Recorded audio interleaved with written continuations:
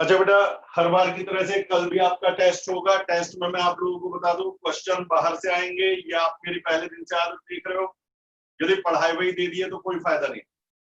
20 question में से 10 numerical आएंगे लॉज ऑफ मोशन के, और 10 न्यूमेरिकल्स आएंगे काइनेमेटिक्स के। पुराना सिलेबस हर बार दिया करूंगा जिससे वो भूल ना जाए। तो टोटल बाकी सब तो आप जानते हो, बाकी बताने की जरूरत नहीं। ढंग से प्रिपेयर कर लेना। कंसेप्ट लॉज ऑफ मोशन के भी और काइनेमेटिक्स के भी स्ट्रॉन्ग होने चाहिए। अब मेरे बेटा डाउट शुरू करते हैं। Illustration number 33। बेटा इलस्ट्रेशन नंबर 33 में पूछा गया कि एक बाउल है, हेमीस्फेरिकल बाउल, जिसकी मेरे बेटा रेडियस दे रखी है r। यहां पर है एक मॉस्किटो। मॉस्किटो और बाउल के बीच का कोएफिशिएंट ऑफ फ्रिक्शन है म्यू। तो वो पूछ रहे हैं कि मॉस्किटो यदि यहाँ चढ़ना शुरू करता है तो ज्यादा से ज्यादा कितनी ऊंचाई तक वो चढ़ सकता है। देख बेटा, यदि मॉस्किटो यहाँ से चलेगा चलेगा चलेगा, कुछ ऊंचाई तक जाके स्लिप हो जाएगा, फिर चलेगा चलेगा चलेगा, कुछ ऊंचाई तक जाके स्लिप हो जाएगा।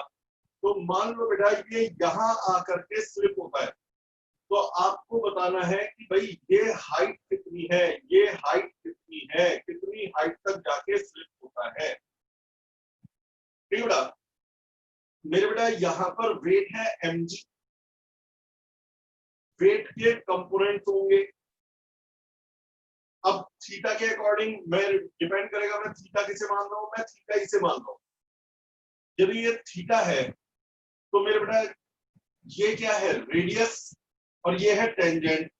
तो ये रेडियस और टेंजेंट परपेंडिकुलर होते हैं। तो यदि ये थीटा है तो ये उसका कॉम्प्लीमेंट्री एंगल है 90 माइनस थीटा, और ये 90 माइनस थीटा है तो ये हो जाएगा थीटा।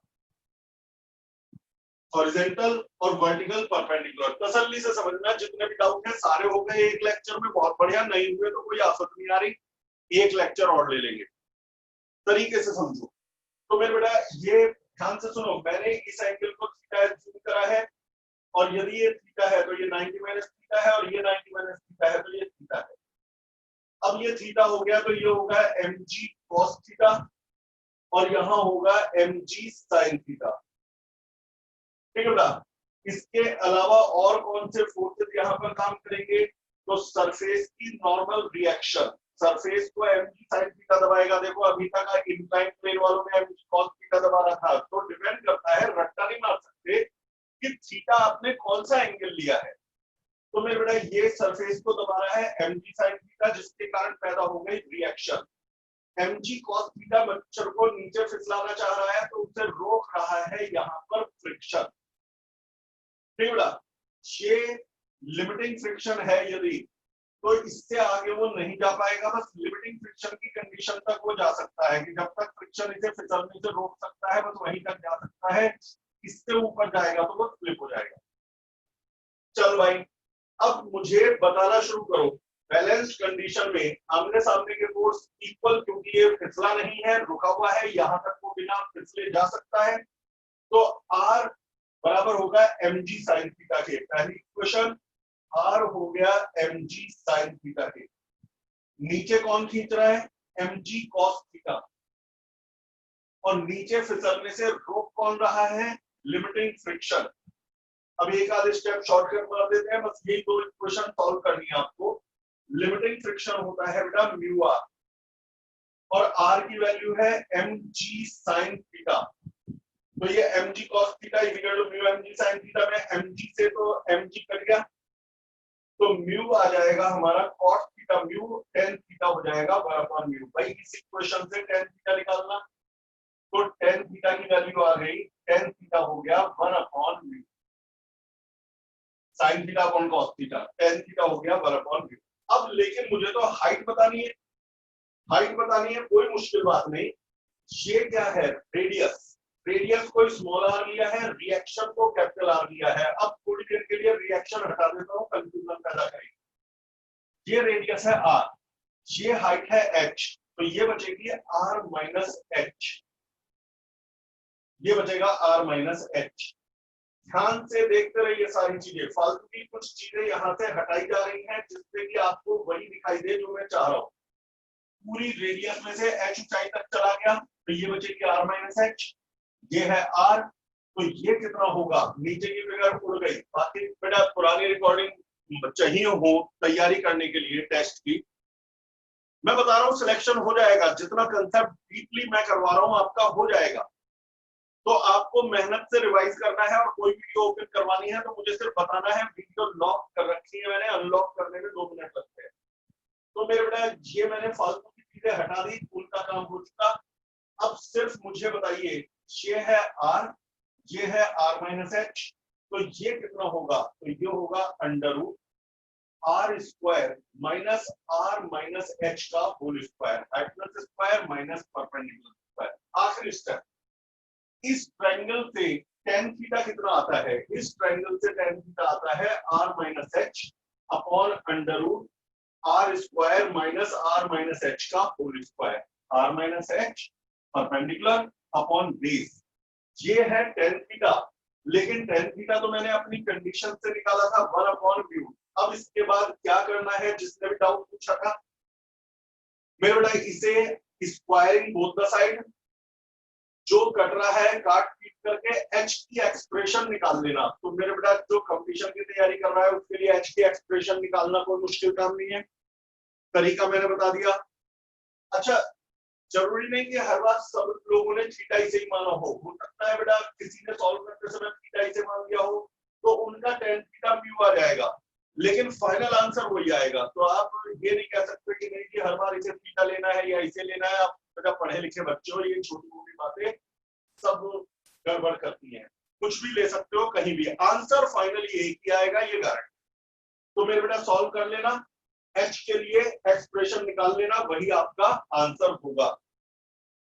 मेरे बेटा अगला क्वेश्चन पूछा है इलस्ट्रेशन नंबर 36, जो होता जाएगा वो हटाता जाऊंगा। कोशिश ये करूंगा कि आज ब्रेक ना ले, सारे वन शॉट में हम लोग कर ले, ज्यादा टाइम लगता लगा तो ब्रेक ले लेंगे। तो मेरे बेटा ये कह रहे हैं कि एक हॉरिजॉन्टल सरफेस पर मास m रखा हुआ है, उस पर मिनिमम कितना फोर्स लगाएं, मिनिमम कितना फोर्स लगाएं कि ये मूव कर जाए। भाई पहले बता मूव कौन कराएगा, तो फोर्स नहीं, फोर्स का कंपोनेंट F cos थीटा और F sin थीटा, जहां पर F cos थीटा मूव कराएगा। जब F cos थीटा मूव कराएगा तो गारंटेड फ्रिक्शन इसे रोकने की भी कोशिश करेगा। नीचे की तरफ mg भी होगा, ऊपर की तरफ रिएक्शन भी होगा। अब उन्होंने कहा मिनिमम फोर्स बताओ, तो एक बात, तो यदि ज्यादा फोर्स लगा दिया तो ये विद सम एक्सीलरेशन चलेगा, यदि कम फोर्स लगाया तो कम एक्सीलरेशन से चलेगा, और मिनिमम फोर्स लगाया तो जीरो एक्सीलरेशन से चलेगा। तो ये जीरो एक्सीलरेशन से चलाना है, ये बात मेरे कई न्यूमेरिकल में आ चुकी कि मिनिमम फोर्स का क्वेश्चन आ जाए तो जीरो एक्सीलरेशन का क्वेश्चन है। अच्छा वही मैंने शायद पहले बताया भी था कि नेगेटिव एक्सीलरेशन रुकी हुई बॉडी में हो ही नहीं सकता, ये तो रुकी हुई थी, फोर्स लगा के चलाना है। तो या तो पॉजिटिव एक्सेलरेशन से चल सकती है कि स्पीड बढ़ जाए, या जीरो एक्सेलरेशन से चल सकती है कि कांस्टेंट स्पीड से चले। नेगेटिव का मतलब रिटार्डेशन, तो रुकी हुई बॉडी में क्या रिटार्डेशन होगा, नॉट पॉसिबल। तो चलिए ये हमारा हो गया, यहाँ पर इक्वेशन बनाओ, ना ये ऊपर जा रहा ना नीचे जा रहा, तो ऊपर और नीचे के फोर्स बराबर, तो r plus F sine theta is equal to mg, तो r आ जाएगा mg minus F sine theta, equation number 1। अब आगे कौन खींच रहा है, f cos थीटा, रोक कौन रहा है, फ्रिक्शन, फ्रिक्शन यानी कि बेटा म्यू r, r की value mg minus F sine theta, ये हो गया f cos थीटा आगे लाने वाला, और फ्रिक्शन रोकने वाला, फ्रिक्शन है म्यू r, r पहले ही निकल गया है तो r रख दिया, इट इज इक्वल टू, ये हो गया नेट फोर्स खींचने वाला और रोकने वाले का डिफरेंस, और नेट फोर्स होता है ma, और जब a ही जीरो है तो ma तो जीरो हो जाएगा। यहां से अब f आने की तैयारी शुरू हो गई, फिर फोर्स मिनिमम निकालेंगे, पहले फोर्स तो पता चल जाए, यदि मुझे फोर्स मिल जाएगा तो मिनिमम फोर्स भी मिल जाएगा। अच्छा कल 12th में पढ़ाते समय पता नहीं क्या हुआ, ये अपने आप जूम बंद हो गया था, अब इंटरनेट की प्रॉब्लम रही या क्या रही मुझे नहीं पता। यदि बाई चांस रिकॉर्डिंग रुक जाए और मैं पढ़ाता चला गया आधा घंटे तक, तो मुझे पता नहीं चलता है, तब आप इसी नंबर पे कॉल कर दीजिएगा और मैं तुरंत रीस्टार्ट कर दूंगा।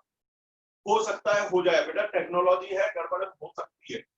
तो आप लोगों की जिम्मेदारी है, यदि लगातार 2-3 मिनट तक ना आए वीडियो तो मुझे कॉल करिए इसी नंबर पर जिस पे आप हमेशा करते हैं। चलिए अब एफ निकालें, ब्रैकेट खोलो, F cos theta minus mu M g plus mu F sine theta is equal to 0। ये मैंने ब्रैकेट खोल दिया है, mu M g plus mu F sine theta, इन दोनों में एफ कॉमन आ गया, ब्रैकेट में बचेगा cos theta plus mu sine theta, mu M g को राइट साइड में ले गया, म्यू एम जी, तो फोर्स की वैल्यू आ जाएगी mu M G divided by cos theta plus mu sine theta. ये मेरे फोर्स की एक्सप्रेशन है।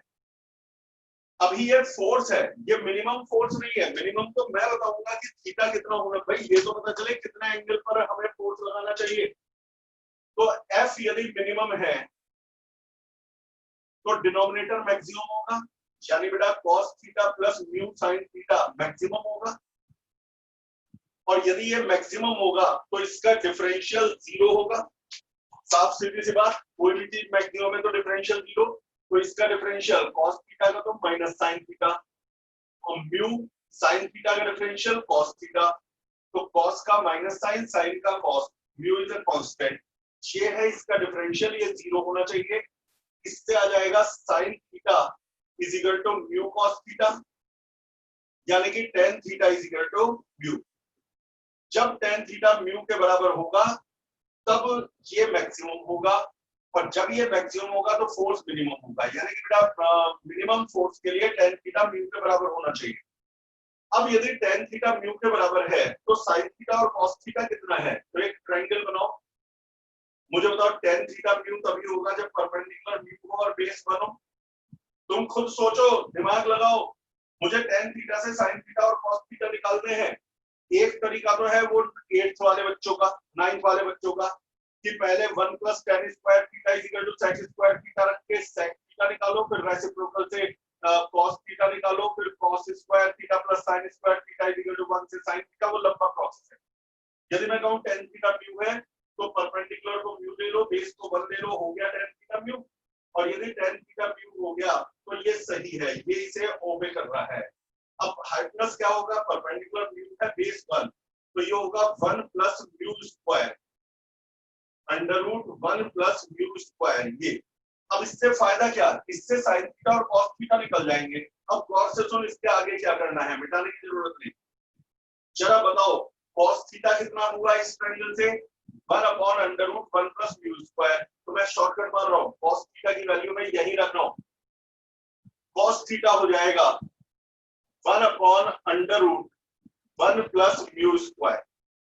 sin थीटा क्या होगा, mu upon under root 1 plus mu square, तो sin थीटा हो जाएगा, फिर से देख, म्यू अपॉन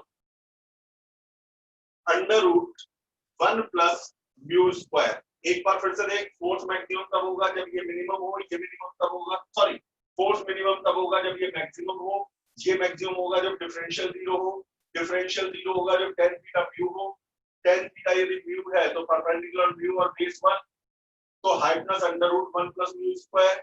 अब यदि ये ट्रायंगल सही है तो cos थीटा हो गया 1 अपॉन दिस और sin थीटा हो गया म्यू अपॉन दिस।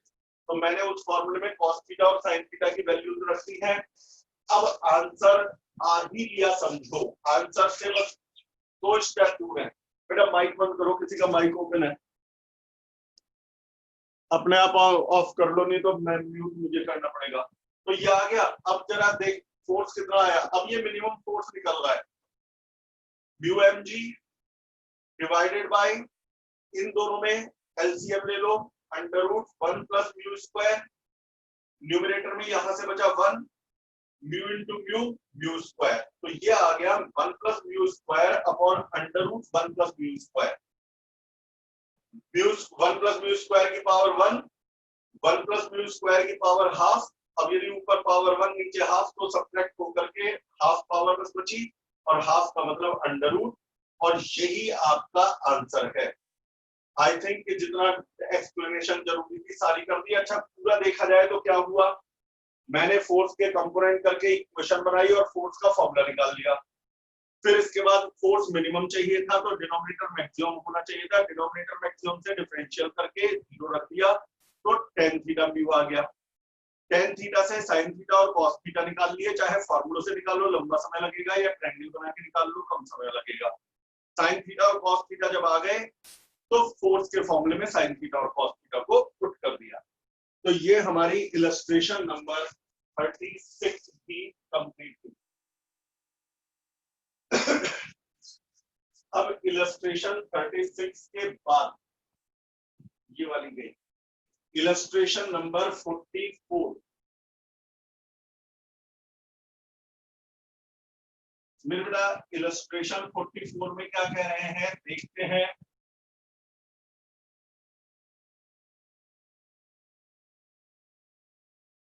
चलो मेरे बेटा इलस्ट्रेशन 44 है, एक इंक्लाइन प्लेन पर जो 45 डिग्री का इंक्लाइन है, ब्लॉक रखे हुए हैं एक दूसरे से बने हुए, इनका म्यू है 0.2, इन दोनों के बीच का म्यू है 0.4, कोएफिशिएंट ऑफ फ्रिक्शन अलग अलग है। ये 2 किलो का है, ये 1 किलो का है, 2 kg और 1 kg। बस वो कह रहे हैं कि यदि ये नीचे फिसलने लगे तो कॉमन एक्सेलरेशन बताइए और डोरी में टेंशन बताइए।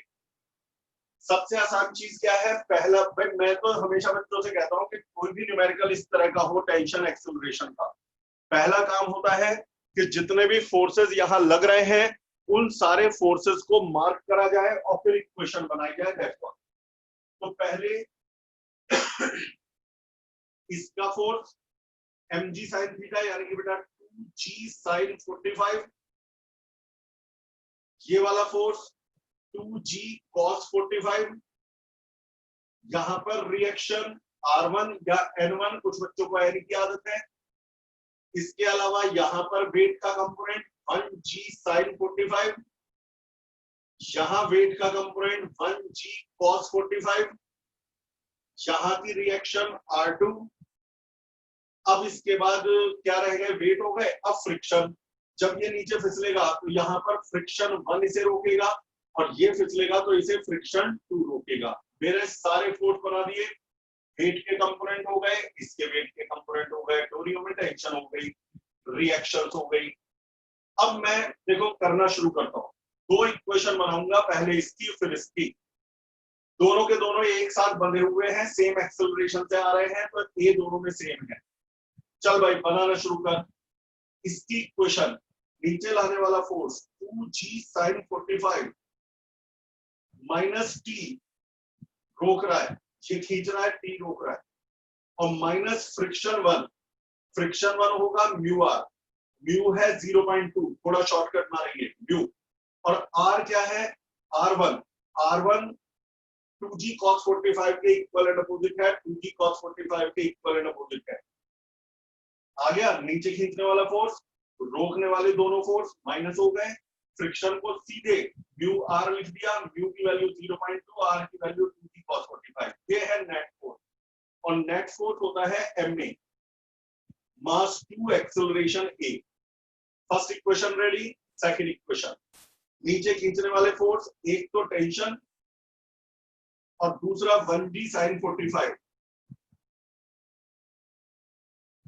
ये नीचे खींचने वाले फोर्स माइनस रोकने वाला फोर्स फ्रिक्शन, और रोकने वाला फोर्स फ्रिक्शन है तो फ्रिक्शन होता है म्यू आर, म्यू है 0.4, आर की वैल्यू है 1g cos 45, cos 45 हो गया नेट फोर्स। नेट फोर्स होता है ma, m है 1, एक्सेलरेशन है a। ये 2 इक्वेशन है, पता है इसमें t और a 2 वेरिएबल है, बस इसमें भी t और a 2 वेरिएबल है, बाकी कुछ भी चेक कर लो, g known, sin 45 known, g known, cos 45 known, g known, sin 45 known, g known, cos 45 known. तो हुआ क्या, 2 वेरिएबल है, 2 इक्वेशन है। अब यदि 2 वेरिएबल और 2 इक्वेशन है तो कोई भी सॉल्व कर लेगा, दोनों को ऐड कर देना, t कट जाएगा, a आ जाएगा, और a को किसी भी में भी पुट कर देना तो t आ जाएगा। तो मेरे बेटा ये ए और टी आप आराम से निकाल सकते हैं। तो इलस्ट्रेशन नंबर 44 गया। अब इलस्ट्रेशन नंबर 48 मेरे बेटा किसी क्वेश्चन में अब मैं आप लोगों से भी पूछने जा रहा हूं, क्योंकि मुझे एक्टिव क्लास चाहिए। पहले 48 में बता दूं, उसके बाद बात करेंगे, पहले इलस्ट्रेशन निपट जाए। ये मेरे बेटा 2 kg का ब्लॉक है, इसके ऊपर 1 kg का ब्लॉक है। क्वेश्चन सुनना, इसे हमने इनिशियली 2 मीटर पर सेकंड की वेलोसिटी दी और इसको इनिशियली 8 मीटर पर सेकंड की वेलोसिटी प्रोवाइड करी। दोनों के बीच में जो कोएफिशिएंट ऑफ फ्रिक्शन है म्यू वो 0.4 है, बस वो इन दोनों के बीच में है, नीचे स्मूथ सरफेस है। इलस्ट्रेशन 48 नोट्स आपके पास है कि? तो वो पूछ रहे हैं कि नंबर 1 कितने टाइम के बाद इनका रिलेटिव मोशन स्टॉप हो जाएगा, रिलेटिव मोशन स्टॉप हो जाएगा। दूसरा पूछ रहे हैं इनकी कॉमन वेलोसिटी क्या होगी, और तीसरा जब ये रिलेटिव मोशन स्टॉप होगा उस समय डिस्प्लेसमेंट क्या होगा, डिस्प्लेसमेंट क्या होगा। क्वेश्चन समझ लो पहले। ऊपर वाले को आपने कम वेलोसिटी से भेजा, नीचे वाले को ज्यादा वेलोसिटी से फेंका। अच्छा एक बात बता, फ्रिक्शन क्या चाहता है? चीजें आपस में रब ना हो, चीजें आपस में रगड़े नहीं। दोनों बॉडीज है, नीचे वाली फास्ट जा रही है, ऊपर वाली स्लो जा रही है, दोनों रगड़ जाएंगी। नीचे वाली फास्ट जा रही है, ऊपर वाली स्लो जा रही है, रबिंग होगी। रबिंग होगी तो फ्रिक्शन होगा। फ्रिक्शन चाहता है ये रगड़े नहीं, तो फ्रिक्शन ये कोशिश करेगा कि जो फास्ट है उसे तो स्लो कर दे और जो स्लो है उसे फास्ट कर दे, जिससे दोनों की वेलोसिटी आखिरी में एक ही हो जाए। और यदि दोनों की वेलोसिटी लास्ट में एक ही हो गई, दोनों की वेलोसिटी आखिरी में एक ही हो गई, तो दोनों के दोनों एक दूसरे पे रब होना बंद हो जाएंगे, रगड़ना बंद हो जाएंगे। यही वेलोसिटी कहलाएगी कॉमन वेलोसिटी। आई थिंक आप समझ पा रहे हैं। शुरू में नीचे वाला फास्ट है, ऊपर वाला स्लो है, आपस में रगड़ रहे हैं, फ्रिक्शन पैदा होगा। फ्रिक्शन चाहेगा ये रगड़े नहीं। यदि ये आपस में रब ना हो तो उसका तरीका यह है कि दोनों को एक वेलोसिटी से चलाया जाए। तो फ्रिक्शन 8 वाले को तो स्लो करेगा और 2 वाले को फास्ट करेगा। तुम जानते हो फ्रिक्शन भी एक्शन रिएक्शन को ऑबे करता है, आपने बता रखा है। तो 8 वाले पे तो फ्रिक्शन इस डायरेक्शन में लगेगा, और मतलब 2 किलो वाले पर, और 1 kg वाले पर फ्रिक्शन इस डायरेक्शन में लगेगा। तो हो गया इक्वल एंड अपोजिट। ये फ्रिक्शन 8 मीटर पर सेकंड वाले को तो स्लो कर रहा है और ये फ्रिक्शन 2 मीटर पर सेकंड वाले को फास्ट कर रहा है। यानी कि दोनों, इसकी वेलोसिटी कुछ बढ़ेगी और इसकी वेलोसिटी कम होगी और आखिरी में दोनों की वेलोसिटी सेम हो जाएगी। तो मेरा पहला पार्ट यही है कि कितने समय के बाद ये रब होना बंद हो जाएंगे, रगड़ेंगे नहीं। कितने समय के बाद दोनों की वेलोसिटी एक हो जाएगी, पहला पार्ट। एक बार में एक पार्ट पे फोकस करो। तो मान लो टाइम के बाद दोनों की वेलोसिटी तो पहले तो इन दोनों के बीच में फ्रिक्शन होता है म्यू एम जी, करवा रखे इस तरह के, क्योंकि इसे दबाएगा mass weight m g, reaction लगेगी एम जी, हॉरिजॉन्टल सरफेस में तो म्यू एम जी होता है। म्यू की वैल्यू है 0.4, मास है इस पॉइंट के ऊपर 1, जी की वैल्यू 10 ले लो, तो 4 न्यूटन का फ्रिक्शन है। फ्रिक्शन है 4 न्यूटन, तो ये भी 4 न्यूटन, ये भी 4 Newton, equal and opposite, action reaction. अब इस वाले को तो 4 न्यूटन स्पीड बढ़ा रहा है और इस वाले को 4 न्यूटन स्पीड कम कर रहा है। अब मैं न्यूटन इक्वेशन बना रहा हूं और सॉल्व करता हूं। पहले वाली की equation V is equal to, पहले वाले ध्यान से देखना, V इज इक्वल टू, पहले 1 kg की बना रहा हूं, V is equal to U plus 80, U है 2, एक्सेलरेशन अभी निकालूंगा, टाइम है t। अब कौन सा एक्सेलरेशन इसकी स्पीड बढ़ा रहा है? फ्रिक्शन अपॉन मास, क्योंकि फ्रिक्शन ही वो फोर्स है जो स्पीड बढ़ा रहा है। तो यदि मैं कहता हूं इसका एक्सेलरेशन बताओ, तो फोर्स को मास से डिवाइड करो, तो फोर्स तो है फ्रिक्शन यानी कि 4 न्यूटन और मास है 1 kg। तो मैंने क्या किया, V = U + 80 में एक्सेलरेशन निकाला फ्रिक्शन अपॉन मास से, क्योंकि फ्रिक्शन ही स्पीड बढ़ाने वाला फोर्स है।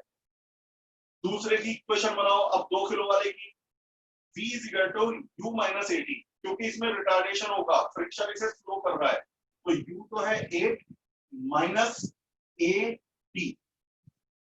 अब एक्सेलरेशन कितना लोगे, इसे रोकने वाला, रिटार्डेशन मतलब रोकने वाला फ्रिक्शन इस पे भी 4 न्यूटन ही है, तो रोकने वाला फोर्स हो गया 4 और मास है 2 किलो, तो फोर्स है 4, मास है 2, टाइम पता नहीं, तो मेरे पे दो इक्वेशन हो गई। 4/1 को तो सीधे 4 ही लिखते, ये इसका एक्सेलरेशन है, पहले वाले का एक्सेलरेशन हो गया 4 मीटर पर सेकंड स्क्वायर, 4 न्यूटन का फोर्स, 1 केजी का मास, और ये पॉजिटिव एक्सेलरेशन है, स्पीड बढ़ रही है। और दूसरे वाले का रिटार्डेशन हो गया बेटा, फोर्स है 4 और मास है 2, तो 2 मीटर पर सेकंड स्क्वायर, लेकिन इस पर रिटार्डेशन है। तो ये दोनों पता चल गए। अब काम क्या है, अब आपका काम है 4/2 को 2 लिख देता हूं, ये है फर्स्ट बॉडी की इक्वेशन, ये सेकंड बॉडी की। सिर्फ मुझे इतना बता दो, क्या दो वेरिएबल और दो इक्वेशन सॉल्व नहीं कर सकते? बी और टी यहां भी पता है, बी और टी यहां भी पता है, और यदि बी और टी बेटा यहां दोनों में पता है, तो सॉल्व करके क्या निकालोगे? वी और टी। क्या निकालोगे बेटा? वी और टी। तो पहले दोनों पार्ट हो जाएंगे, v का मतलब फाइनल वेलोसिटी आ जाएगी, और t का मतलब कितने टाइम बाद ये वेलोसिटी सेम होगी, रिलेटिव मोशन बंद हो जाएगा, वो भी आ गया। अब जब टाइम आ गया तो दोनों का डिस्प्लेसमेंट बताना है। अब मैं ओरली करवा दूंगा। मुझे बताओ, फर्स्ट वाले में u पता है 2, a पता है 4, टाइम मुझे पहले मालूम है 1 सेकंड आएगा, तो टाइम 1 आएगा, वेलोसिटी 6 आएगी। ओरली कर लें, टाइम को 1 रख, 1 into 4 plus 2 is equal to 6, time को 1 रख, 1 into 2, 8 minus 2 is equal to 6, तो पहला टाइम पहले ही बोल दे रहा हूँ 1 सेकंड आएगा, वेलोसिटी जो है 6 मीटर पर सेकंड आएगी। अच्छा, अब इसमें फर्स्ट बॉडी का डिस्प्लेसमेंट बताना है s, तो u को रख दो 2, a को रख दो 4, टाइम को रख दो 1, s निकाल लो न्यूटन इक्वेशन से, s is equal to ut plus half a t square से। इसी तरह से दूसरी बॉडी में u को रखो 8, एक्सेलरेशन को रखो -2, रिटार्डेशन है, टाइम को रखो 1 और डिस्प्लेसमेंट निकाल लो, displacement s is equal to ut plus half at square. तो ये अच्छा क्वेश्चन था, तो ये आपका इलस्ट्रेशन नंबर 48 भी गया।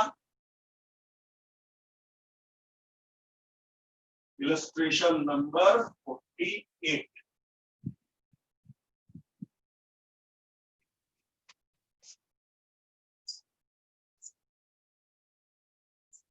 अब अगले क्वेश्चन की तरफ चलो।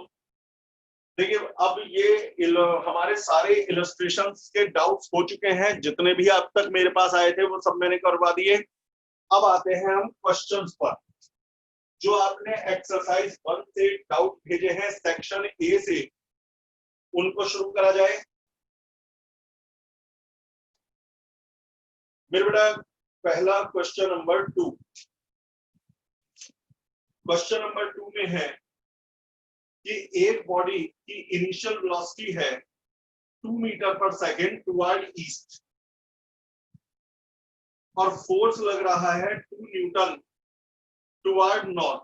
आपने मेरी एक बात का ध्यान दिया, मैंने वेक्टर में लिखा और आई और जे लिखा। जब कभी भी ऐसा न्यूमेरिकल आए कि वेलोसिटी और फोर्स अलग अलग डायरेक्शन में हो, तो उसे आई कैप और जे कैप में ले लो। ये है ईस्ट, इसे मान लो आई कैप, ये है नॉर्थ, इसे मान लो जे कैप। ईस्ट और नॉर्थ परपेंडिकुलर होते हैं, वैसे ही जैसे आई कैप और जे कैप परपेंडिकुलर होते हैं। तो हर वो न्यूमेरिकल जहां फोर्स और वेलोसिटीज अलग अलग डायरेक्शन में होंगी, वो वेक्टर फॉर्म में करना सबसे आसान होता है। इस बॉडी का मास है 1 kg। तुमसे कह रहे हैं 2 सेकंड में इसका डिस्प्लेसमेंट क्या होगा, तो भैया वो भी वेक्टर में ही आएगा। अब फॉर्मूला लगाऊंगा, s इज इक्वल टू सारा वेक्टर में ut plus half a t square. तो u है 2i कैप, टाइम है 2 सेकेंड, हाफ एक्सेलरेशन है फोर्स अपॉन मास, फोर्स है 2j कैप अपॉन मास है 1 kg, टाइम स्क्वायर यानी कि बेटा 2 स्क्वायर। तो सॉल्व करके क्या आ गया, 4i cap plus 4j cap. लेकिन शीट में तो आंसर आई जे में नहीं दिया, तो मैग्नीट्यूड निकालना, वेक्टर के मैग्नीट्यूड का formula under root 4 square plus 4 square. याद है वो क्लास 11 वाला कंसेप्ट? क्या पढ़ा था आपने क्लास 11 में? आपने ये पढ़ रखा है कि भाई जब X I cap plus Y J cap plus Z K cap होता है, तो उसका मैग्नीट्यूड होता है under root X square plus Y square plus Z square, यानी बेटा 4√2। यही आंसर है। अगला क्वेश्चन, क्वेश्चन नंबर 10। बेटा 10 पता नहीं किसी ने पूछा तो है, मैं बता दूं, लेकिन वो तो बीच में ऐसा आ गया जैसे सबसे सिंपल क्वेश्चन, वैसे नाम भी लिखा हुआ है किसने पूछा है, लेकिन मैं बता नहीं रहा। ये बताओ 9 किलो का मास और ये 1 किलो का मास, बस कोई फ्रिक्शन नहीं है। वो कह रहे हैं टेंशन बताओ। सिर्फ उस बच्चे को फील ना हो इसलिए मैंने बता रहा हूं। मुझे बताओ यहाँ पर टी, यहाँ टी, वेट 1g, फ्रिक्शन है नहीं तो 9g रिएक्शन से कट जाएगा, इक्वल एंड अपोजिट, फ्रिक्शन है नहीं, ये नीचे जाएगा, ये आगे जाएगा। अब बताओ इसे क्या बताऊं, सबको पता है इसकी इक्वेशन बनेगी 1g minus T equal to 1a, सिखा रखा है। ये दोनों फोर्स तो कट गए, इसकी equation t equal to 9a, दोनों को सॉल्व करके t और a निकाल लेना। क्वेश्चन नंबर 2 और 10 के बाद क्वेश्चन नंबर 13। बस ये समझ ले इजी है या टफ। यदि आपने डाउट भेजा है तो बताऊंगा जरूर, ये मेरी मॉरल रिस्पॉन्सिबिलिटी है। लेकिन मैं टोकता क्यों हूं? इसलिए टोकता हूं कि कंपटीशन के बच्चे को ऐसी चीज पूछते समय थोड़ा ट्राई करके देखना चाहिए। ये मुझे ऐसा लग रहा है जैसे बिना ट्राई करे डाउट दे दिया है।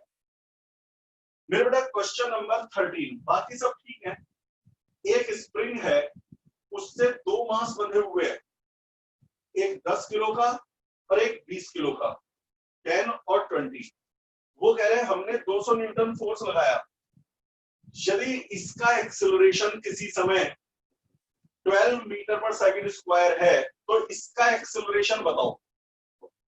तुम्हें मालूम है जब आप इसे खींचोगे, ये स्ट्रिंग नहीं है, ये स्प्रिंग है। स्प्रिंग स्ट्रेचेबल होती है, स्प्रिंग स्ट्रेचेबल नहीं होती।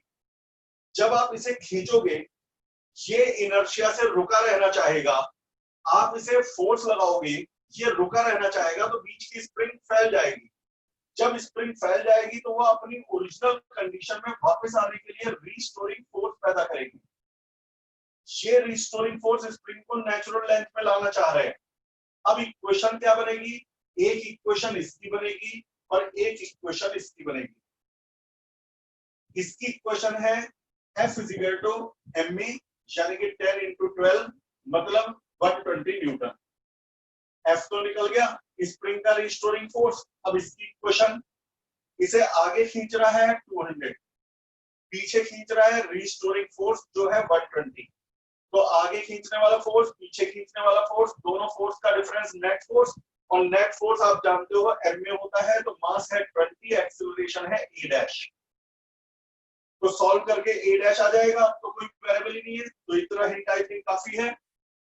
Question number 15। एक पुली के ऊपर 2 मास लटके हुए हैं, m1 और m2।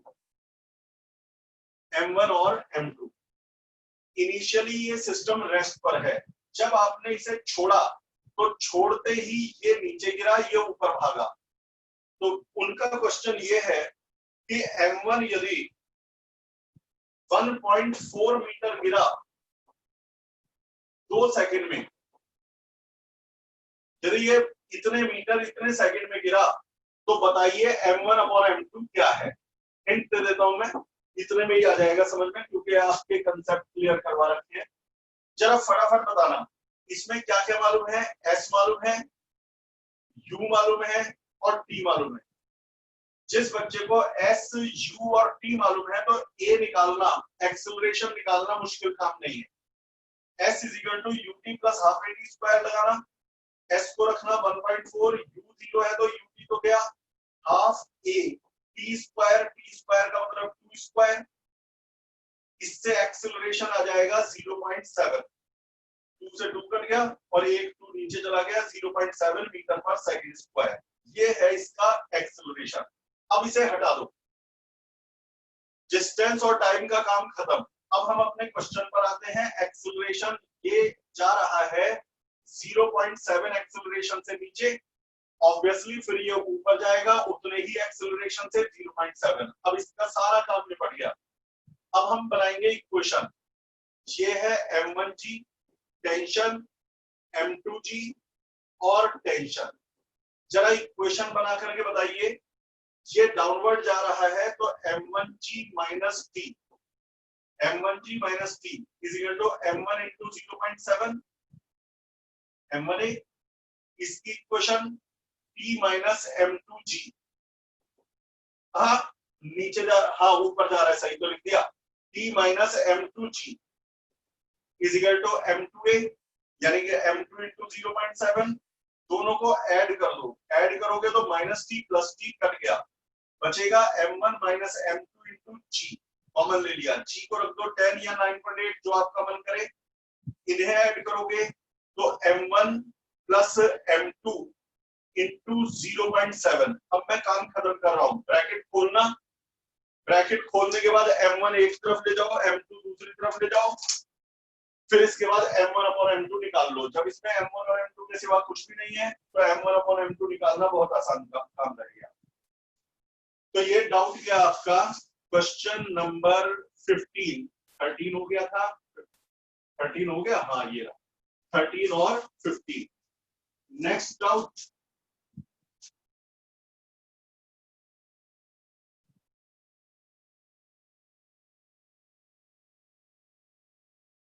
नेक्स्ट डाउट, चलिए जी,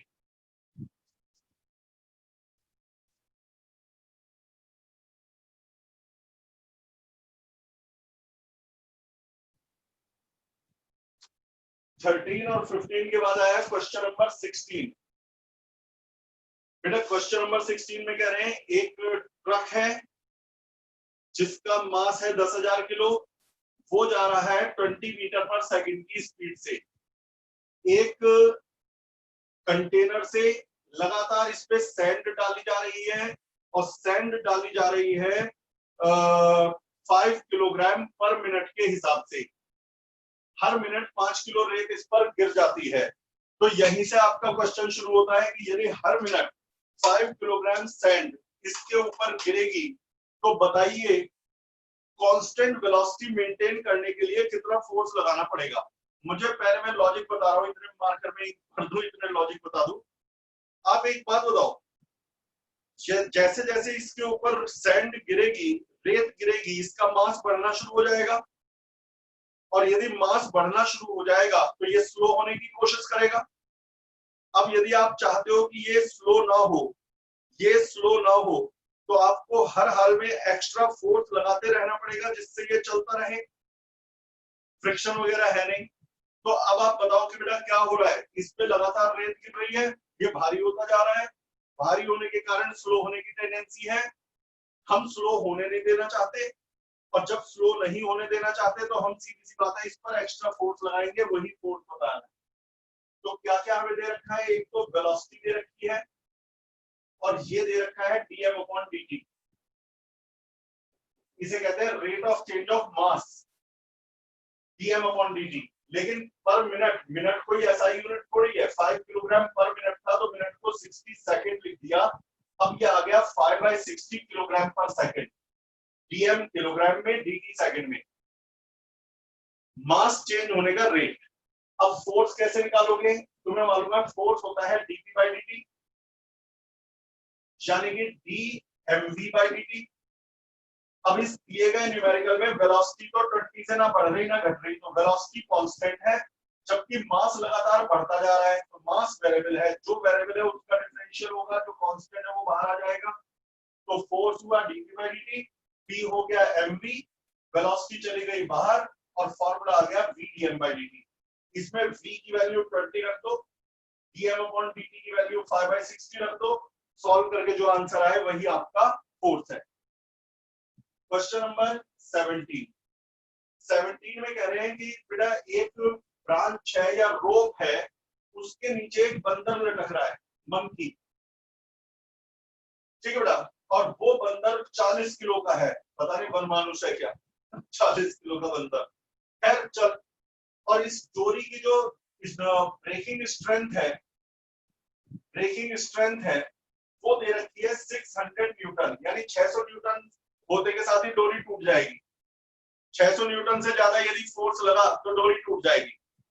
तो बताइए मंकी मैक्सिमम कितने एक्सेलरेशन से चलेगा। मुझे एक बात सुन, वो कह रहे हैं डोरी कैसे कब टूटेगी। एक बात बताओ, तुम्हें पहले भी पढ़ा रखा है, जब हम ऊपर चढ़ते हैं तो इफेक्टिव वेट बढ़ जाता है और हो जाता है mg+a, चाहे चाहे बंदर हो या इंसान हो या हेलीकॉप्टर हो या एरोप्लेन हो, स्यूडो फोर्सेस से पढ़ाया था ना आपको। तो जब हम ऊपर जाएंगे तो हमारा वेट बढ़ेगा, तेजी से ऊपर जाएंगे तो ज्यादा बढ़ेगा भाई, जितना ज्यादा एक्सेलरेशन उतना ज्यादा वेट, और यही वेट डोरी को तोड़ेगा। यदि ये वेट बढ़ते बढ़ते 600 न्यूटन हो गया तो डोरी तोड़ देगा। तो मुझे पता लगाना है कि 600 न्यूटन के लिए कितना एक्सेलरेशन चाहिएगा। तो मुझे पता चल जाएगा कितने एक्सेलरेशन पर डोरी टूटेगी। तो मास है 40 किलो, जी को ले लो 10, ए निकालना है।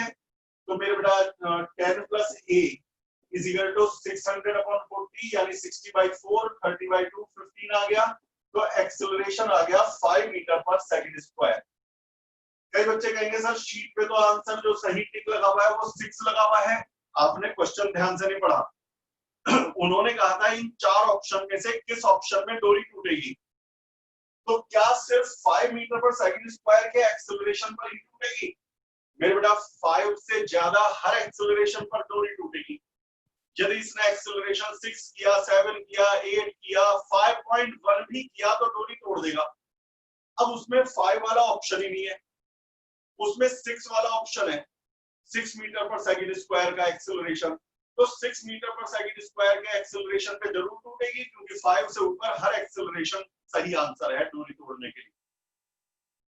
2 ऑप्शन जो दिए हुए हैं वो कांस्टेंट वेलोसिटी वाले दिए हुए हैं। बेटा कांस्टेंट वेलोसिटी पे डोरी कभी भी नहीं टूटेगी, चाहे कांस्टेंट वेलोसिटी 200 क्यों ना आ जाए, क्योंकि यदि बंदर कांस्टेंट कितनी भी है, कांस्टेंट वेलोसिटी से चल रहा है तो एक्सेलरेशन 0 है, और 0 एक्सेलरेशन 5 से कम है तो डोरी नहीं टूटेगी। अगला क्वेश्चन 16 गया, 17 गया। अगला क्वेश्चन है बेटा क्वेश्चन नंबर 18। 18 में दिया गया 2 ब्लॉक हैं, एक के ऊपर एक रखे हुए हैं। ऊपर वाला ब्लॉक डोरी से बंधा है, ये है 200 केजी का, ये है 300 केजी का। इसे कितना फोर्स, मिनिमम फोर्स लगाएं कि ये बाहर आ जाए। देख जब आप इसे कोएफिशिएंट ऑफ फ्रिक्शन दे रखे हैं, इस जगह का म्यू है 0.25 और इस जगह का म्यू कोएफिशिएंट ऑफ फ्रिक्शन है 0.2, तो मिनिमम कितना फोर्स लगाएं कि ये बाहर आ जाए। तो एक बात बता, जब आप इसे खींचोगे तो एक तो यहाँ पर फ्रिक्शन इसे रोकेगा और एक यहाँ पर फ्रिक्शन इसे रोकेगा। फ्रिक्शन का काम है मोशन ना होने देना। तो जब मैं खींचूंगा तो इन दोनों में रबिंग होगी, तो ये फ्रिक्शन इसको रोकना चाहेगा और ये भी रोकना चाहेगा, तो दोनों अपोजिंग है। तो नेट फोर्स कितना होना चाहिए? कम से कम हमारा फोर्स दोनों फ्रिक्शन से बड़ा हो तभी तो निकल के आएगा। और यदि मिनिमम कह रहे हैं तो कम से कम फ्रिक्शन 1 और फ्रिक्शन 2 के बराबर तो हो, और ये लिमिटिंग फ्रिक्शन ही है। तो पहले बताओ यहाँ पे फ्रिक्शन कितना हुआ, म्यू mg, तो म्यू है 0.25, मास है 200 किलो इस पॉइंट के ऊपर का मास, और जी है 10, प्लस यहाँ पर म्यू mg, म्यू है 0.2, मास है 300 इसका, 200 इसका, 500 किलो। एक बच्चा कह रहा सर इसके ऊपर 300 ही तो है। अबे 300 के ऊपर 200 भी तो है, वो भी तो जुड़ेगा नहीं जुड़ेगा है। एक एग्जाम्पल है, एक आदमी गधे पे बैठ के जा रहा और बोरी अपने सिर पे रख रखी।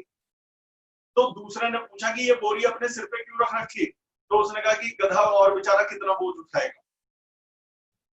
मतलब वो ये सोच रहा है कि गधे पे मैं हूं, मेरे ऊपर बोरी है तो बोरी का वजन गधे पे नहीं पड़ेगा। तो वही वाली बात है, जमीन के ऊपर 300 है, 300 के ऊपर 200 है, तो जमीन पर तो पूरा 500 का वेट पड़ेगा। और यदि 500 जी का वेट लगेगा तो रिएक्शन 500 जी होगी। तो 500 इंटू जी, तो मास वो म्यू 0.2, मास 500 जी। ओरली कर लो, 25 दूनी 50, ये 500 आएगा, 5 दूनी 10, ये 1000 आएगा, 500 और 1000 बेटा ये 1500 न्यूटन का फोर्स आएगा। अब फिर वही बात, 1500 न्यूटन से कोई भी ज्यादा फोर्स इसे निकाल लाएगा बाहर। 1500 न्यूटन से बड़ा हर आंसर है। यदि ऑप्शन में 1500 ना देकर 1700 वो, मतलब बात समझ गए यार, अब इस पे क्या डिस्कशन।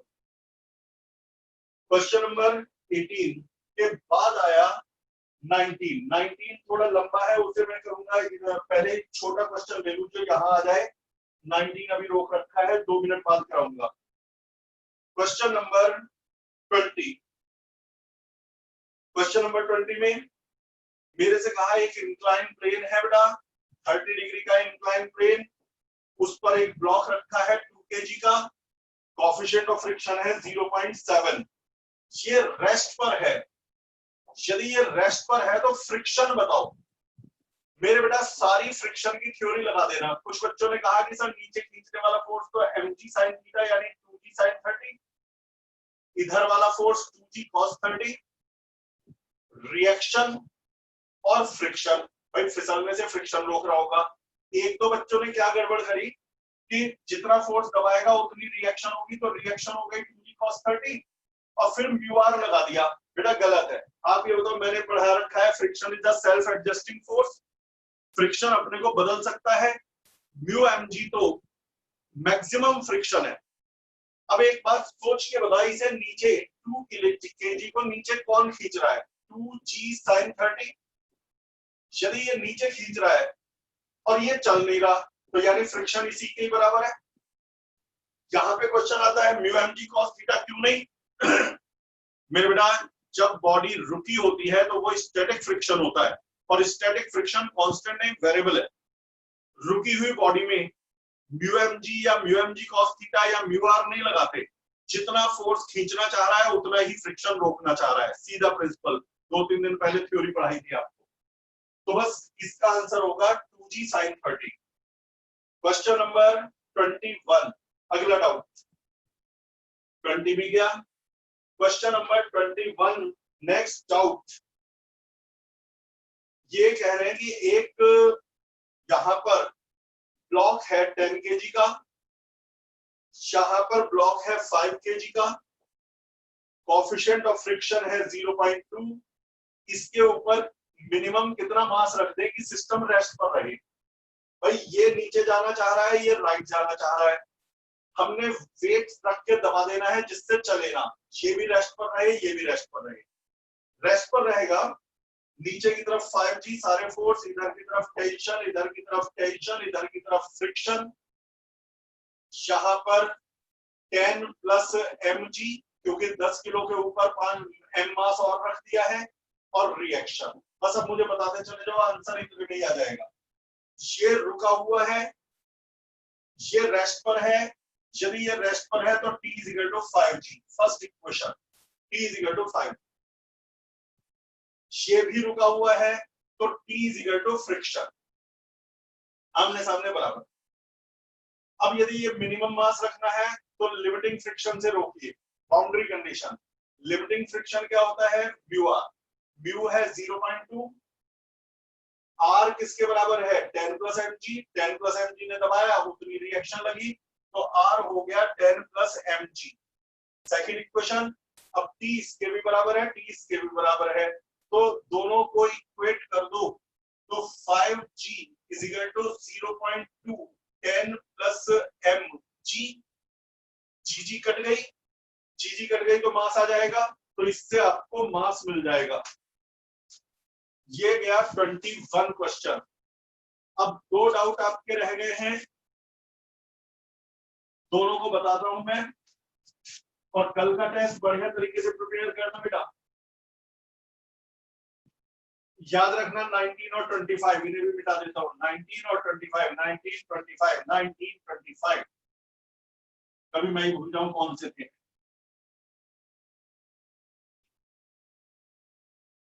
तो मेरे बेटा अगला क्वेश्चन हमारा है 19 और फिर है 25।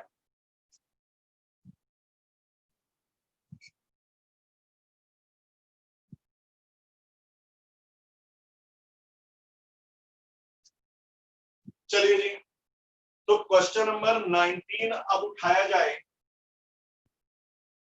19 में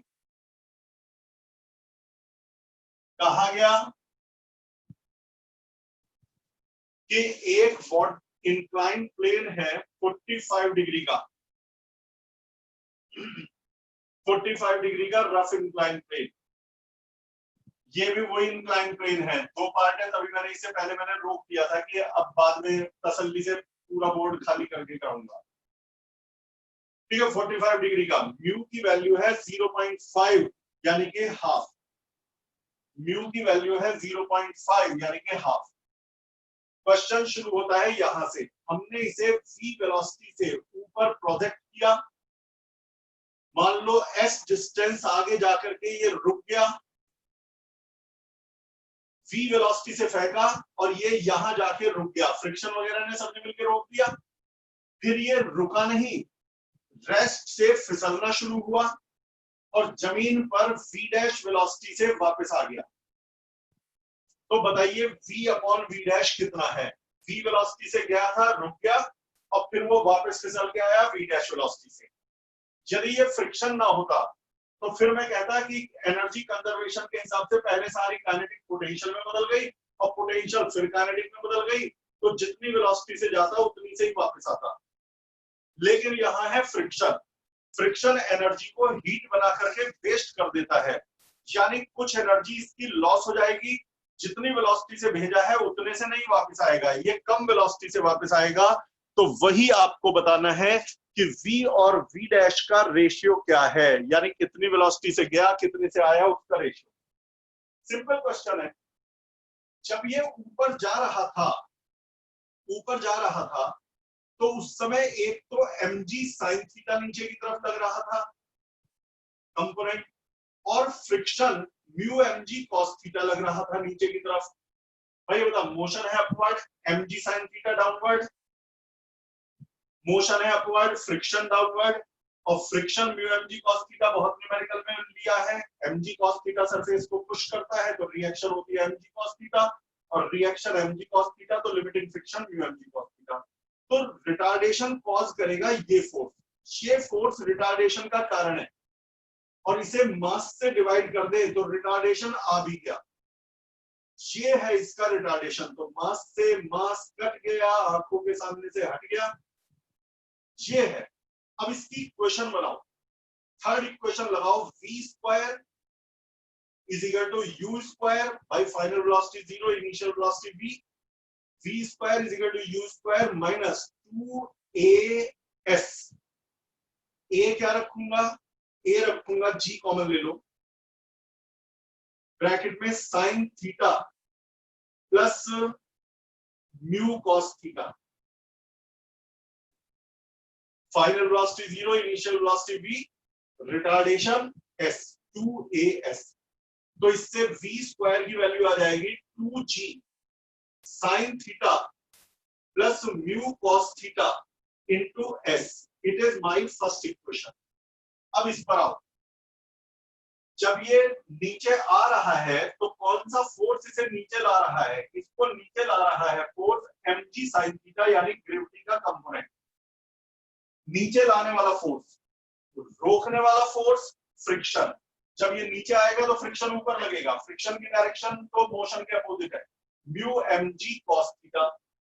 अब ये नीचे लाना चाह रहा है, ये रोकना चाह रहा है। यदि ये नीचे लाना चाह रहा है, ये रोकना चाह रहा है, तो नेट फोर्स इन दोनों का डिफरेंस होगा, और नेट फोर्स को मास से डिवाइड कर दे तो ये एक्सेलरेशन होगा। मास मास मास कट गया, ये है इसका एक्सेलरेशन। ऊपर जाते समय रिटार्डेशन था, नीचे आते समय एक्सेलरेशन है। ऊपर जाते समय स्पीड कम हुई थी तो मैंने माइनस 2as लगाया, नीचे आते समय स्पीड बढ़ेगी तो प्लस 2as लगेगा। तो फाइनल वेलोसिटी का स्क्वायर यानी v डैश का स्क्वायर, इनिशियली तो रेस्ट पर था, plus 2as plus 2a, a कितना आएगा? g कॉमन, ब्रैकेट में sin theta minus mu cos theta into s। कहते हैं ये तो सब समझ में आ गया, जीरो तो हटा दो, s सेम क्यों है? एक बात बता, आपने इसे धक्का देके छोड़ दिया, जितनी डिस्टेंस ऊपर जाएगा तो फिसल के उतनी डिस्टेंस तो वापस आएगा। ये तो नहीं हो सकता ऊपर गया था 2 मीटर, नीचे आ गया 50 मीटर, या ऊपर गया था 50 मीटर, नीचे आया 2 मीटर, डिस्टेंस सेम रहेगी। ये बन गई सेकंड इक्वेशन। दोनों को डिवाइड करो तो v square upon v dash square is equal to 2g और s, 2g और s कट गए, बचा क्या? sin theta plus mu cos theta divided by sin theta minus mu cos theta. अब मेरा काम खत्म, आपका शुरू।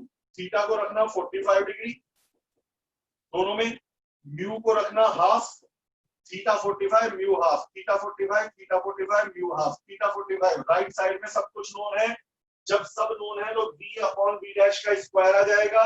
अंडर रूट लोगे तो b अपॉन b डैश भी आ जाएगा, तो आपको b अपॉन b डैश यहां से निकालना है। आखिरी डाउट जो आपका था आज का, अच्छा कल के लिए पहले होमवर्क बता दूं मैं, कल तो टेस्ट है, टेस्ट में सारा प्रिपेयर करो। फिर संडे के लिए टारगेट आपका रहेगा 60 क्वेश्चन तक, क्वेश्चन नंबर 60 तक, जहां तक भी करवा दिए वहां से आगे 60 नंबर तक करने हैं। तो 30, 35, 40 क्वेश्चन होंगे, वो आप ट्राई करिए, अगले टर्न पर उनके डाउट्स होंगे। तो होमवर्क है अप टू क्वेश्चन नंबर 60। मेरा बेटा क्वेश्चन नंबर 25 ढूंढ रहा हूं, कहां गया, ये रहा। ये क्वेश्चन देखिए बेटा, एक बॉडी 45 डिग्री के इंक्लाइन प्लेन पर ऊपर फेंकी गई, रिटार्डेशन बताइए, इसका रिटार्डेशन क्या है। मेरे बेटा एक बात बता, जब आपने ऊपर फेंका तो इसे नीचे की तरफ एक तो mg sin थीटा ने रोका होगा, ग्रेविटी का कंपोनेंट, और एक फ्रिक्शन ने रोका होगा। तो रोकने वाला फोर्स कौन सा हो गया, बिल्कुल वैसे ही, तो mg sin थीटा रोक रहा है, और म्यू mg cos थीटा यानी कि बेटा फ्रिक्शन रोक रहा है। ये है रोकने वाला फोर्स, इसे मास से डिवाइड कर दो तो यही है रोकने वाला एक्सेलरेशन यानी कि रिटार्डेशन। g कॉमन ले लो, g की वैल्यू है बेटा हमारी, g रहने दो, थीटा है 45, तो sin 45 1/√2, म्यू दिया हुआ है क्या,